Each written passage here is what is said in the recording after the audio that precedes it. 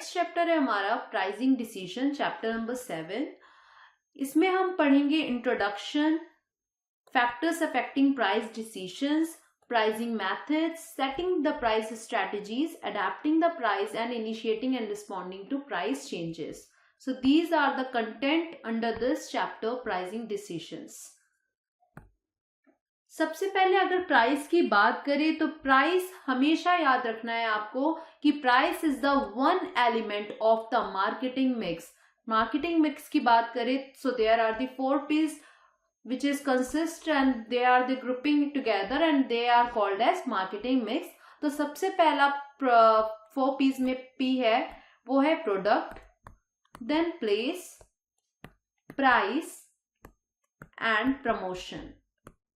These are the 4 P's of marketing mix and मैं बात कर रही हूँ कि price is the one element of the marketing mix which produces revenue. That means price ही एक ऐसा एलिमेंट है मार्केटिंग मिक्स में जो कि क्या जनरेट कर रहा है, रेवेन्यू जनरेट कर रहा है फर्म के लिए या कंपनी के लिए। बाकी सब कॉस्ट यहाँ पे इंकर करते हैं, तो इसलिए हमें याद रखना है कि प्राइस ही एक ऐसा एलिमेंट है जो मार्केटिंग मिक्स के लिए प्रोड्यूस करता है revenue. And the other one is prices are perhaps the easiest element of marketing program to adjust, right. अब प्राइसिंग हम पढ़ क्यों रहे हैं, क्योंकि किसी भी कंपनी के लिए उस प्राइसिंग स्ट्रैटेजीज बनाना, प्राइसिंग मेथड्स, कौन सा प्राइसिंग मेथड सुटेबल होगा उस पर्टिकुलर प्रोडक्ट के लिए, वो सारी चीज़ें ज़रूरी है। या आप बोल सकते हो कि क्या वो प्राइस मैच कर रहा है आपके मार्केटिंग ऑब्जेक्टिव से, तो वो भी यहाँ पे ध्यान रखना है हमें। एंड किस तरीके से डिमांड के चेंजेस होने के बाद किस तरीके से रिस्पॉन्स होता है in return to the changes in the price. तो ये सारे टॉपिक्स हम यहाँ डिस्कस करने वाले हैं। सबसे पहले अगर मैं एक टर्म की बात करूं जो कि है प्राइस, ये जो टर्म आप देख रहे हो प्राइस, ये एक नंबर नहीं है, ये एक टैग नहीं है, it's just not a number on a tag.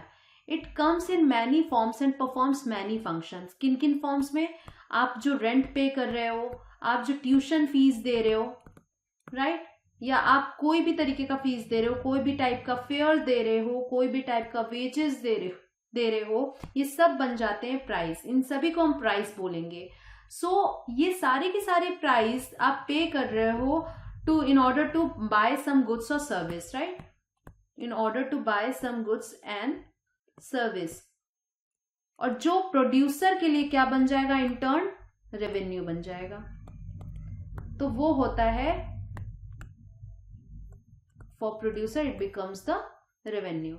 So price होता है एक तरीके का कोई भी फॉर्म या किसी भी तरीके का कोई भी पेमेंट आप करते हो, ये सारी चीजें बन जाती हैं price. So the money charged for a product और service becomes the price for that product. और कस्टमर उस प्राइस को पे करता है इन ऑर्डर टू जनरेट और in order to purchase some goods and services.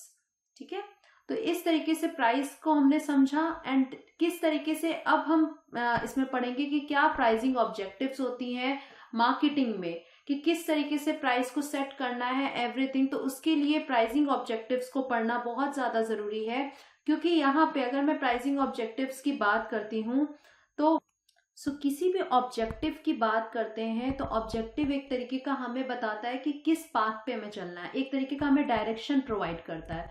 तो वैसे ही आपके लिए प्राइसिंग ऑब्जेक्टिव भी क्या कर रहा है, डायरेक्शन प्रोवाइड कर रहा है कि किस पर्पस के साथ बिजनेस एग्जिस्ट कर रहा है और उसके अकॉर्डिंग वो अपनी चीजें प्राइसिंग करेगा। दैट मीन्स मैं अगर प्राइसिंग ऑब्जेक्टिव की बात कर रही हूँ तो प्राइसिंग करने का, प्राइस सेट करने का क्या पर्पस है मार्केटर के पास, वो यहाँ पे चीजें डिफाइन होंगी। तो सबसे पहले मैं बात करूं तो प्राइसिंग ऑब्जेक्टिव्स किस किस फॉर्म में क्या क्या हो सकते हैं। Following are the pricing objectives. तो सबसे पहले आता है survival, second one is maximum current profit, they want to achieve maximum current profit, then they want to attract and they want to maximize their market share, they want to go for market skimming so that it becomes the objective of it. And the last one is product quality leadership, right. So क्या pricing objectives हैं वो यहाँ पे हमने define किया, जिसके through क्या हो जाएगा, पर्पस क्लियर हो जाएगा कि किस लिए बिजनेस एग्जिस्ट कर रही है। तो सभी को हम सारे प्राइसिंग ऑब्जेक्टिव्स को एक बार लेते हैं, एक बार पढ़ते हैं। तो सबसे पहले हमने बात की सर्वाइवल। तो survival becomes the foremost pricing objective. किसी भी फर्म के लिए सर्वाइवल एक प्राइसिंग ऑब्जेक्टिव बन जाता है, जिसमें क्या करती है फर्म, सेट करती है price that is optimum and help the product और service in the product. That means help the product and service, that means किसकी बात हो रही है यहाँ पे, in order to survive in the market. आप इसमें ये ऐड कर सकते हो point, and help the product और service in the market for survival, कि मार्केट में वो प्रोडक्ट सर्वाइव कर सके। तो ऐसा प्राइस सेट करना है जिससे हमें एक ऑप्टिमम प्राइस हम सेट करें, जिसके थ्रू सर्वाइवल हो सके उस प्रोडक्ट का मार्केट में, क्योंकि एक तरीके से हमें पता है इंटेंस कंपटीशन है।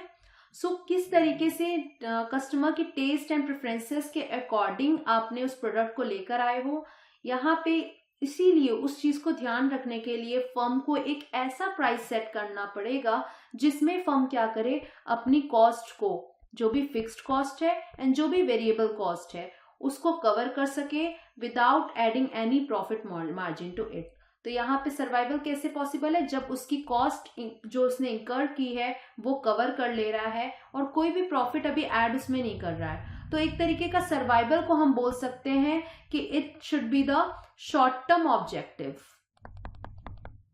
राइट। सबसे पहले हम प्रोडक्ट की प्राइसिंग किस बेसिस पे करते हैं, किस ऑब्जेक्टिव के साथ, सर्वाइवल के ऑब्जेक्टिव के साथ, कि पहले हमें उस प्रोडक्ट को मार्केट में सर्वाइव कराना है, जो भी हमने कॉस्ट लगाई है उसमें इंकर्ड की है उसको कवर करना है। तो it should be the short term objective. And जब फर्म एक तरीके से मार्केट को होल्ड कर पाएगी तब वो स्ट्राइव कर सकती है for some additional profit, but तब तक के लिए सिर्फ सर्वाइवल एक प्राइम ऑब्जेक्टिव होना चाहिए किसी भी न्यू फर्म में या किसी भी प्रोडक्ट को लाने के लिए। देन बात करते हैं सेकेंड ऑब्जेक्टिव, जो कि है maximising the current profit. So again by estimating the demand and supply of goods and services in the marketing, maximise कर सकते हैं करंट प्रॉफिट को।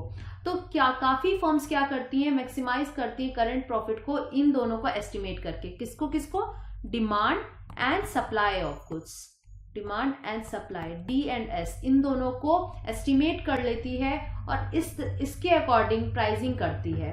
जैसे हम बोल सकते हैं कि pricing is done in line with the products demand in the customers and substitute available, right. तो जितने भी कस्टमर्स के लिए सब्स्टिट्यूट्स अवेलेबल हैं उस प्रोडक्ट के, तो उस डिमांड को फुलफिल करने के लिए यहाँ पे क्या होता है, मार्केटर क्या कर सकता है, अगर हमारे प्रोडक्ट की डिमांड ज्यादा है तो हम प्राइस क्या रख सकते हैं, ज्यादा, right. So the higher the demand, higher will be the price charge. तो इस तरीके से सीजनल सप्लाई एंड डिमांड भी एक तरीके का एग्जाम्पल बन सकता है in order to maximise the current profit, क्योंकि हमें पता है हमारा प्रोडक्ट क्या है, डिमांड में है, तो हम जो भी प्राइस चार्ज कर रहे हैं वो कस्टमर हमें उसका दे रहा है और इससे क्या हो रहा है, हम अटेन कर पा रहे हैं प्रॉफिट।